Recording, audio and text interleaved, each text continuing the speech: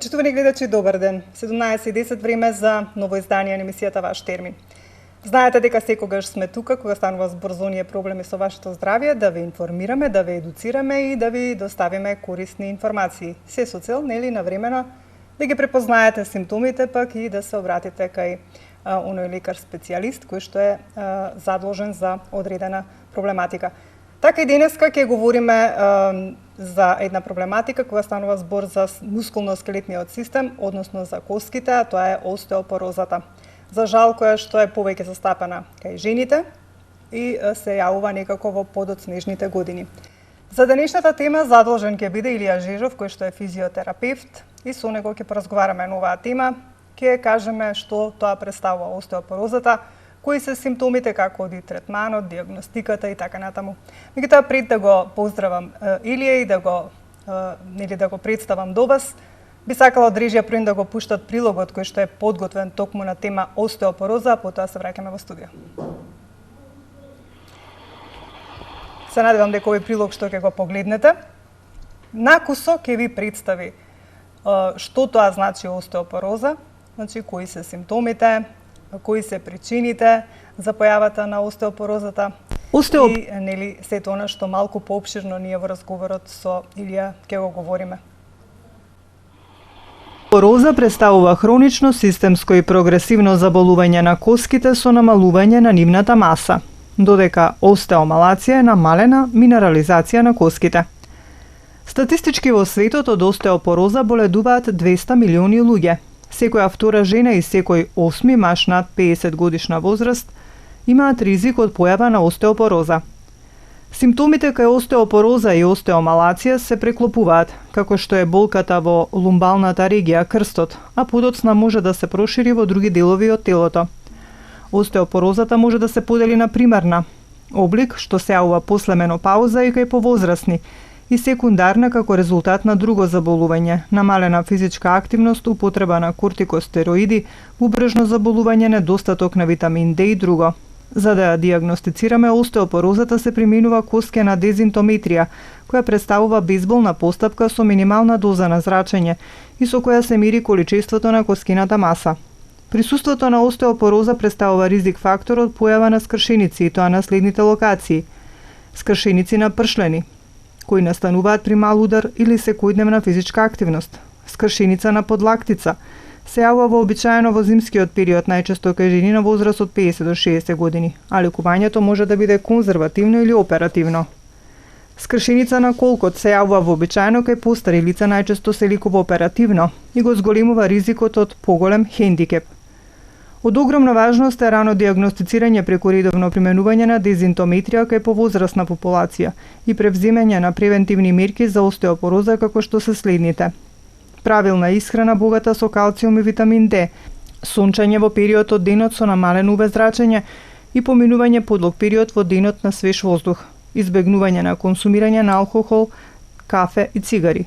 Како ќе се лекува остеопорозата, зависи од повеќе фактори, како возраста, степенот на болеста и дали досега настанале фрактури.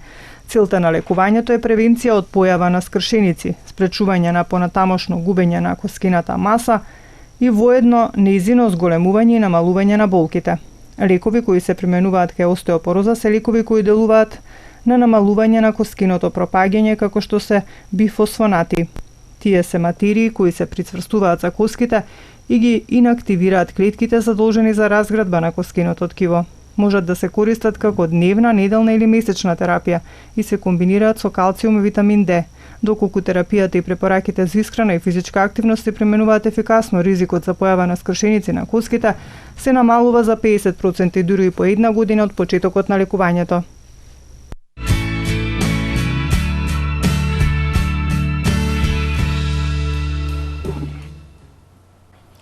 Ете, се надевам дека од прилогот кој што го проследивте, накусо се информиравте нешто повеќе за остеопорозата, меѓутоа нели се тоа што треба поопширно да го кажеме, дел по дел ќе биде денес, како што најавив во разговорот со Илија Жежов, кој што е физиотерапевт и веќе го имаме на видео линк. Илија, ти посакувам добри дојде во ваш термин уште еднаш и се надевам дека се тоа што ќе го говориме ќе биде во во корист на сето она нели што ќе го слушнат нашите гледачи кога станува збор за оваа тема за остеопорозата. Добар ден, Виолета, добар ден до гледачите на телевизија Сонце и сите оние кои што не следат пред малите екрани. Така, знам дека ти е невообичаено, нели, вака преку линк, цело време додека, нели, пред да започнеме да си говоревме колку е, нели, невообичаено, меѓутоа практикував така и сакам да остане така, се со цел, нели, заради состојбата со вирусот, да бидеме заштитени. Ајде да започнеме први на почеток да ни кажеш што е тоа остеопороза, што представува? Остеопорозата е доминантно метаболно заболување на коските и представува голем и здравствен социјален проблем. Најчесто не појавува некои симптоми, но знае да појави крика во торакалниот дел на грбот и во висината на пациентите. Најчесто се случуваат искршеници при пат на раката, на горниот екстремитет, на горните екстремитети, на долните екстремитети и на дел од пршените на ребетниот столб. Така. Која е функцијата всушност на коските, ајде вака да кажеме, бидејќи сите проблеми кои што настануваат од остеопорозата, настануваат на коските, како што кажа. Густината се намалува. Коската е механичка поддршка на мускулно-скелетната структура на телото. Таа знае да е во голема доза, значи, и се обновува околу 20% годишно коскеното кило. Најчесто, значи, постојат два вида на клетки, остеокласти кои разградуваат коската и остеобласти кои ја обновуваат, односно создаваат коската. Така. Кажав дека ова проблематика е некако посвојствена за понежниот пол и се јавува во подоцнежните години. Зошто е тоа така и кои се впрочем причините за намалување на густината на самата коска? Па така, значи причините на настанување на остеопорозата се генетскиот фактор, раната менопауза кај жените, долгото недвижење и мобилизацијата, значи пасивниот живот. Тука исто така спаѓа, значи, лошото консумирање на алкохол, пушењето, значи големиот внес на натриум, лошите животни навики, кофеинот и слуг. Обично на која возраст вака еве, бидејќи знам дека работите со различни проблематики во однос на, нели, на она што се вие секојдневие во работата, на која годишна возраст ви дошла некоја личност или пациент, ке ве така да ја наречам, со ваков проблем? Некако, дали се намалува воопшто границата, како впрочем и за сите други проблеми кога станува збор за годините? Границата не се намалува, често се опатени пациентите со постара возраст. Така. Нив најчесто со остеопорозата, така што им го попречува, нели, нормалното функционирање во текот на секојдневните обврски. При спнување паѓање знае да се случи фрактура, значи рековме нели на горните екстремитети, на долните екстремитети, така да исто и на пршелите од ребетниот столб. Најчесто тие скршеници знаат да завршат со оперативен зафат, па по постоперативниот зафат да следи, нели, рана фаза на медикаментоза, на епитекална терапија, каде ќе се аплицира се да се помогне во тој проблем. А оние пациенти кои што, нели, не се со оперативен зафат, најчесто се чека да се заздрави процесот сами по себе, нели, со одредена терапија која што ординира докторот. Иле кажа дека обично оние луѓе кои што имаат проблем со остеопорозата при пат многу лесно добиваат скршеници. Меѓутоа има ли некои други симптоми кои што можат да навестат дека станува збор за ослабување на густината на коските? Дали се јавуваат некои болки некаде, можеби во кичмениот столб или нешто што може да ни наговести дека се случува такво нешто? Обично се јавуваат болки, нели се отежнува движењето на пациентите, не можат да се движат, не можат да ги извршуваат, значи оние обврски секојдневни. Се жалат на болки, на вртење со текот на временската состојба, знаат да се јават исто така големи болки. Нешто така слично како ревматските болки? Слични се како ревматоидните болки, на некој начин, да. Така. Кога станува збор за диагностиката, како оди диагностиката? Точно утврдување дека станува збор за остеопороза или остеопенија, нели така започнува впрочем, нели при остеопенија, па потоа доаѓа до степен на остеопороза. Така, најчесто пациентите се жалат на нивните проблематики кај ематичниот лекар, маматичниот лекар нели ги препраќа на специјалист, каде специјалистот преку одредени снимки, значи ја утврдува дали е тоа рана фаза, дали е средна фаза или е поточна фаза нели на остеопороза.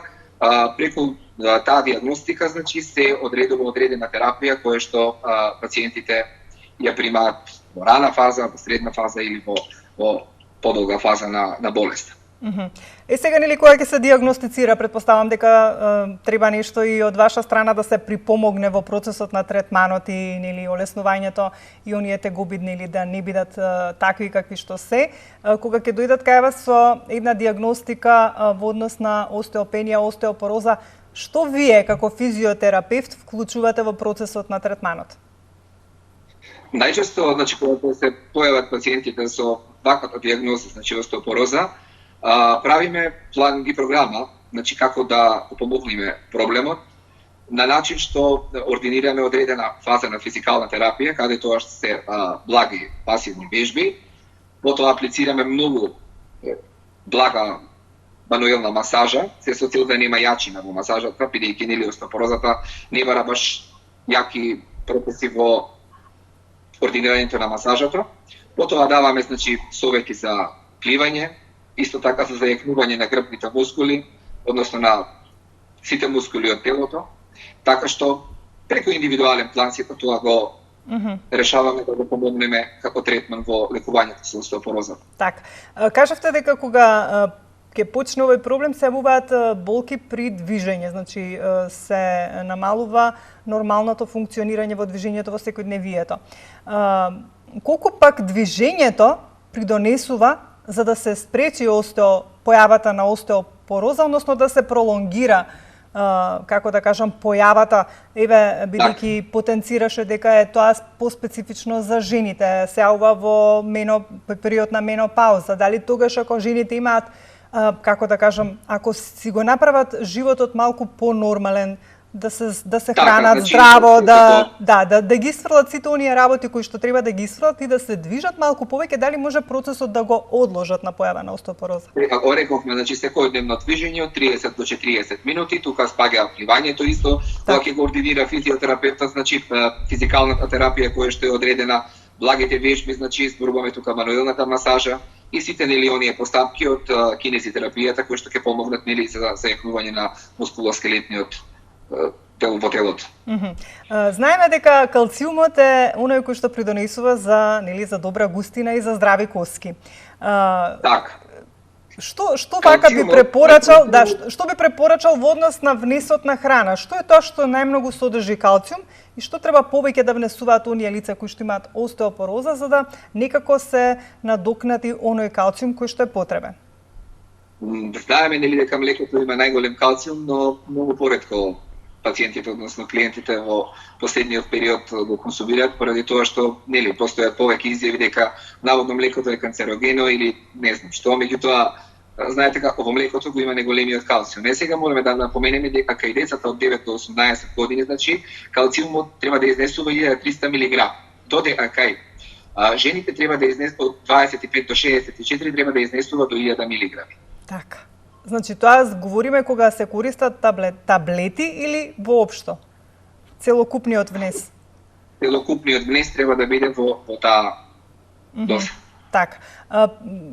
Претпоставам дека кога ќе се диагностицира ова, се одредува и некоја витаминска терапија која што мора да ја внесува пациентот. Така, повеќе витамин D, значи витамин С, сето тоа да се внесува на природен начин, да не биде тоа преку таблети. Така. Добро. Дали во вашата секојдневна практика има доста луѓе кои што бараат помош за овој проблем? Сакав да прашам каква е застапеноста воопшто, дали можеме некако да кажем? Најчесто пациентите кои што бараат проблеми спондилозата, дискосхернијата, дископатијата и шелгијата. Многу поредок е проблемот на пациентите со остеопороза кои што бараат лекување во оваа проблематика, меѓутоа ги има и не можам да речам дека се исклучок од секојдневната нели побараност во лекување. Сега бидејќи спомнавте дискосхернија, дископатија, спондилоза, каква е поврзаноста на некој кој што има ваков проблем и плюс таков проблем? Може ли да се влоши состојбата? Ако состојбата може да се влоши и да биде нели Што се случува? Тука станува збор за две диагнози кои што се нели поврзани, дископатија со дискосхернија, па така да тука нели во дискосхернијата, која што имаме една терапија, таа е значи мускулно-главинска масажа, односно акупресурен третман, па тука пак не смееме да користиме сила во однос на лекувањето на дискосхернијата, бидејќи може да дојде до фрактура на прштенските тела од работниот стол. Тогаш, така да тука ние по лекување и одиме со мануелно многу благи третмани кои што ќе одголемечат проблемот да биде во подолг временски период на лекувањето. Току имаме потреба нели тоа да го постигнеме за 15-20 дена, тоа ќе ни одземе период можеби до 30-35 дена. Значи сепак третманот кога станува збор и за остеопороза и за овие други проблеми е поинаков и трае многу повеќе од кога нели многу подолго се нормална костината на. Така. Знаев, значи имаше период на карантини. Бевме затворени дома, како некој од нас, можеби некој повеќе, некој помалку.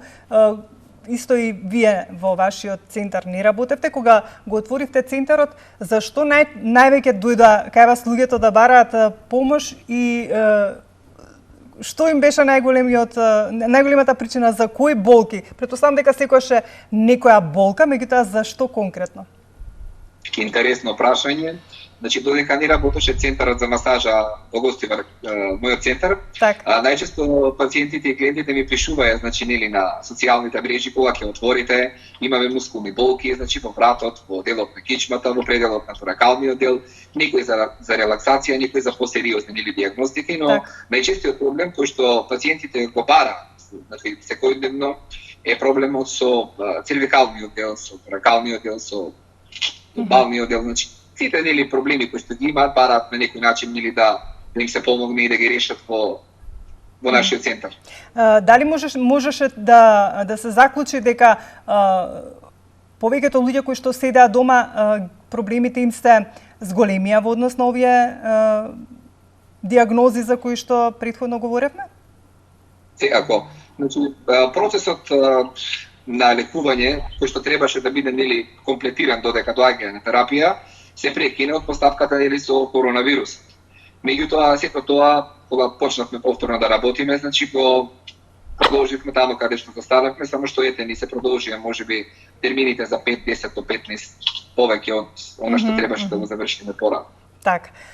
Иле бидејќи имаме уште време, некако за остеопорозата ми се чини дека кажавме се што треба да кажеме.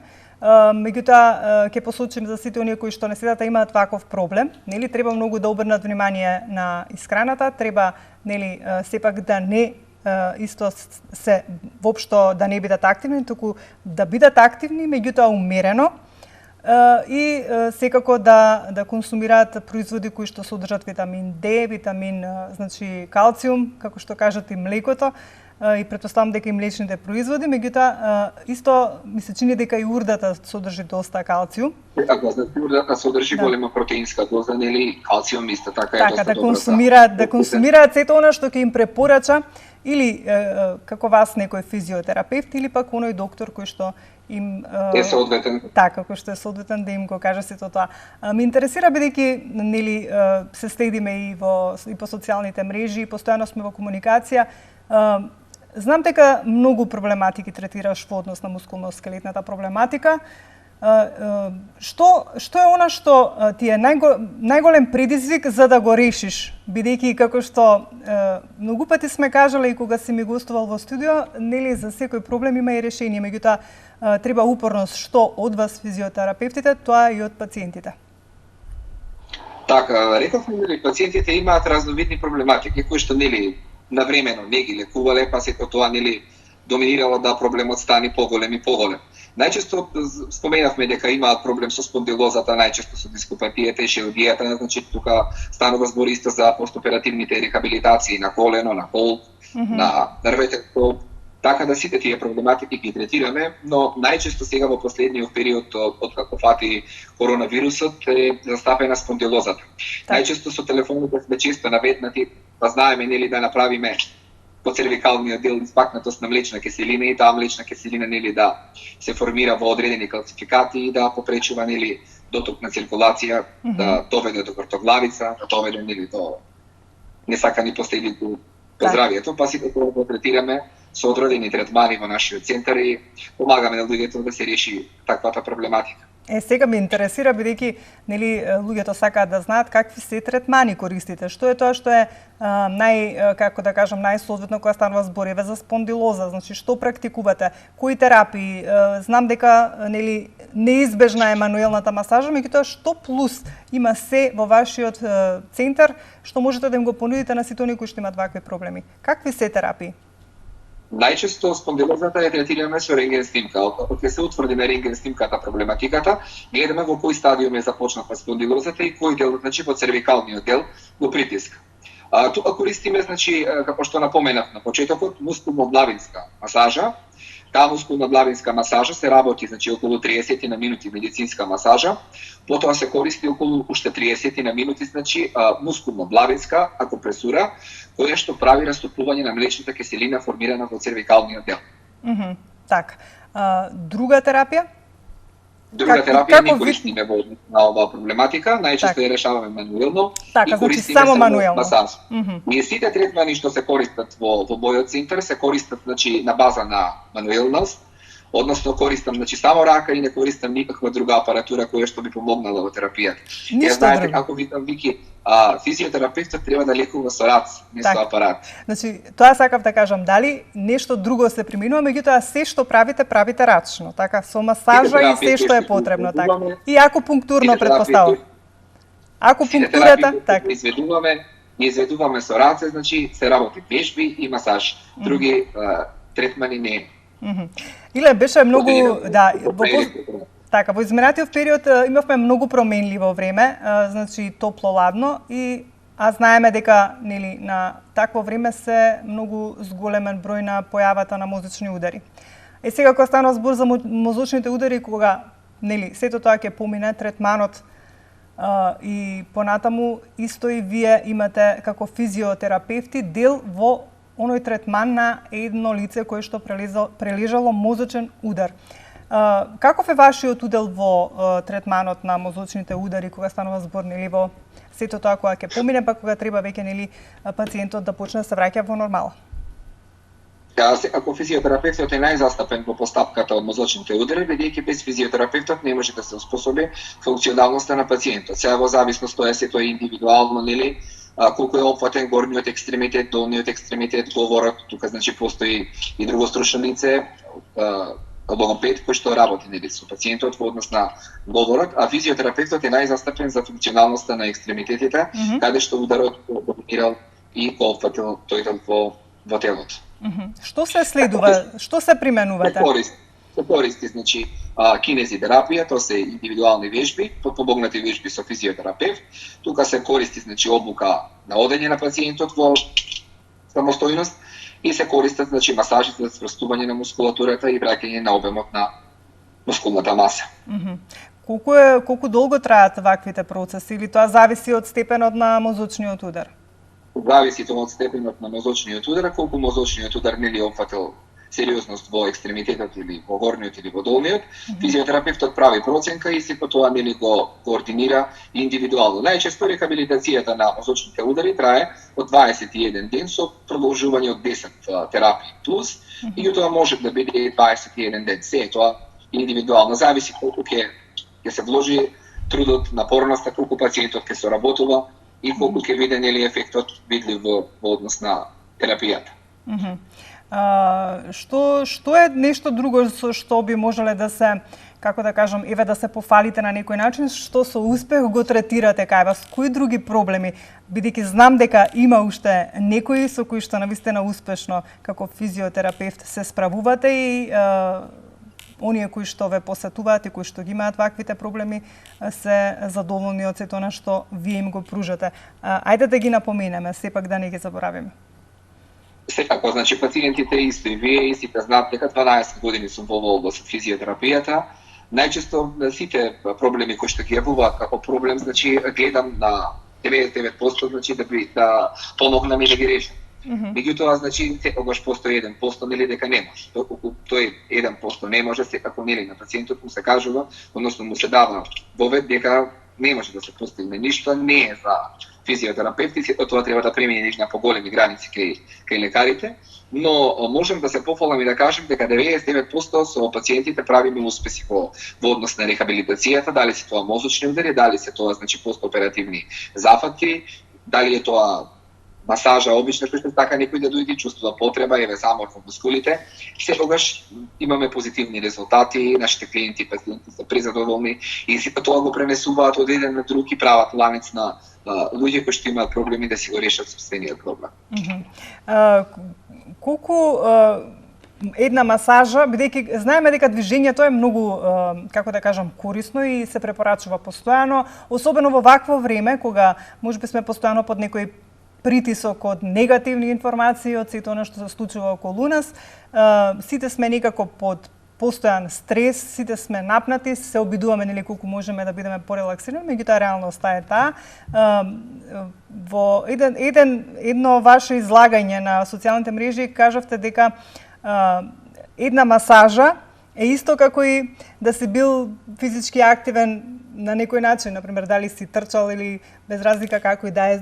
Како може ли да ми го објасниш тоа што се случува при една обична масажа во нашиот мускулно-скелетен систем? Масажа за него за пиење. И тоа е терапевски податок поддржан од здравствената организација. Масажата освен тоа што помага во анксиозноста, болките, измирува токсините, значи стресот, напноста во мускулите, ја подобрува циркулацијата, позголемува движењето, значи, и враќа сите оние, значи, мускули кои што се воспалени во една нормализација.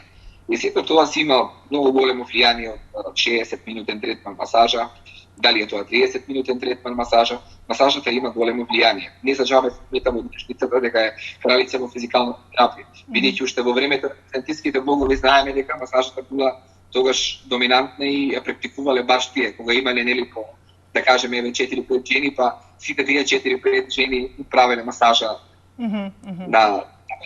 Так, сега јас не те разбрав. Тоа е представува замена за физичка активност или за масажата може да замени, значи физичка активност, но може да замени, рековме, нели 8 часа спиење. Доколку сте не спали, доколку имате, значи, несоница или не спиеле во текот на ноќта, да направите една масажа, тоа ќе ви користи многу. Так.